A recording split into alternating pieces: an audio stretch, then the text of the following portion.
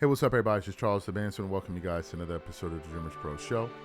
We cover everything from sports, hot topics, classic debates, entertainment, and we give you guys a fresh perspective on things and how we see them. And today we have an excellent show for you guys here today. But before we get into it, please make sure you like the video and sub to the channel. Be sure to follow me on Instagram if you're not already. My handle is CTABANZ. So let's get into that, to this topic here. So this GOAT debate and the debate of the greatest players of all time is still going on. Everybody's arguing with each other. We're all fighting with people about this thing. But recently we did a show reacting to Bleacher Report saying that Michael Jordan almost lost the GOAT vote, the ranking of being the #1 greatest player by 1 vote. Yes, Bleacher Report wrote that. And we're going to get to them a little bit later. And their reasoning was if you take LeBron's efficiency, his longevity into consideration, you could make an argument that he's the greatest player of all time. Now, here's what's interesting. I think it was 2017 or 19 or something like that when Kobe called out this narrative that LeBron was trying to plant, which was LeBron was trying to shift the narrative from winning to stats. Kobe pointed this out. He said the focus has always been about winning. And I understand that the narrative is changing, but the focus has always been about winning. LeBron understood something fundamentally clear. It was going to be very difficult for him to catch Jordan in championships and attack that record of 6-0. So he then tried to shift the focus to stats and longevity stats, and then went after that, and then made it his business to go after Kareem Abdul-Jabbar's record, thinking that, oh, well, this is what's going to definitely make people feel I'm the GOAT. But then what happened? When he did that, people still felt the same. And speaking of Kareem, it brings us to the heart of what we want to discuss today. So apparently there was some sound that came out a number of years ago where Michael Jordan talked about this idea of stat padding and chasing stats. And he understood that, look, the goal is to win championships, right? The goal is to win championships. That's the primary reason I am playing. And Jordan said, if it was about stats, I would have tried to catch Kareem Abdul-Jabbar. But it was never about that. For me, the goal was always winning. This is the sound that we want to get into. But before we even get into Jordan's comments, today's video is brought to you by sponsor, Game Time.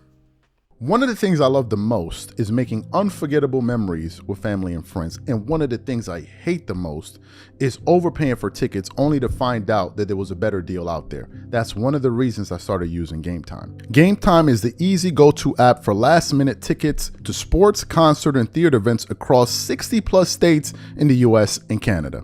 Game Time saves me time, money, and stress by curating only the best deals, so I'm not wasting a whole bunch of time scrolling through overpriced tickets. Game Time Picks is my favorite tool. It highlights the best value seats instantly.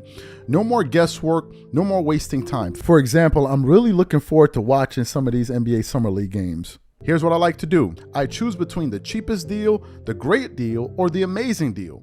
Once you select the ticket you want, you can use their panoramic seat view to ensure you know exactly what you're getting before you buy. So take the guesswork out of buying tickets with Game Time. Download the app, create an account, and use code CLNS for $20 off your first purchase. Again, create an account and use redeem code CLNS for $20 off. And remember, whenever you support this sponsor, you're supporting this channel. Thank you. So what I want to do now is I'm going to play exactly what MJ had to say. I want you guys to listen to it carefully, and then want to come back and continue on with the show. Take a listen to what Michael Jordan had to say here. A statistical place in the NBA, haven't you? Well, that never drove me.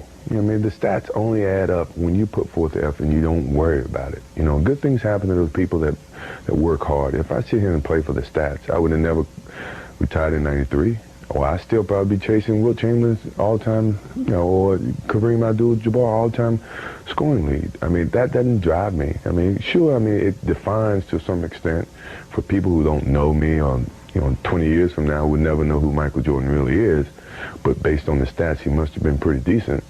Those are only ways that I look at stats. Other than that, it's all about winning championships and winning. Stats that matter to me is the games that we win and the rings. Excellent. So you heard what Jordan had to say. Now, why are Jordan's comments pertinent? Well, they're pertinent for a number of reasons. What Jordan just said flies in the face of a recent narrative that was trying to be pushed and propagated by LeBron and his minions, which is the toxicity surrounding ring culture and how ring culture is somehow a bad thing. Well, Jordan is talking about something else. He's not necessarily saying rings, because yes, rings are what you get at the end. What Jordan is speaking about is the essence of sports, which is competition, competing. He recently held an event in Greece. I read an article where he invited his Jordan Camp guys. A lot of guys were there. Luka, Carmelo, a lot of guys were there. And the reason he chose Greece was because it was the birthplace of sports, the Olympics. And he made news all over Greece because I think he gave like a $10,000 tip, which is 10,000 euro tip, which was excellent. And he personally thanked the chef. But he chose Greece because this is the birthplace of competition in the Olympics. So what Jordan is saying essentially here is the goal of this is to win. And in order for you to win, you have to compete. You can have the most points in the world, but it doesn't mean you're competing. It doesn't mean you're a champion. You can just be out here trying to get cosmetic statistics that give the impression that you're doing something, when in reality, some of us out here may not be averaging 30 a game, but we're out here competing and we're winning. So to say ring culture is toxic, you're attacking the essence of sports, which is competition. Jordan is saying, I am a competitor. I compete. If I score 30, you score 25, I didn't win. If we score 100, you score 99, I win. It's a totally different philosophy. But these jokers out here are trying to say, no. That's not it. Do you notice that the people that are saying it's weird to compete and all of that are people that have either never won or never won enough? Those are the two people. Because it's you seldom find champions and people that are bought into competing agreeing with this nonsense. Now, some people say, well, when you don't win, you undercut or you undermine the greatness of certain players who are great but never won. Sure, but that's life. There has to be a winner and a loser, folks. There must be a winner and a loser. There cannot be more than one first place. Just because you didn't get first place doesn't mean you're bad. It just means that whoever got it is better. Bolt, when he was running, he wasn't running with slow pokes. Usain Bolt wasn't running with athletes that are slow. He was running against some very stiff competition.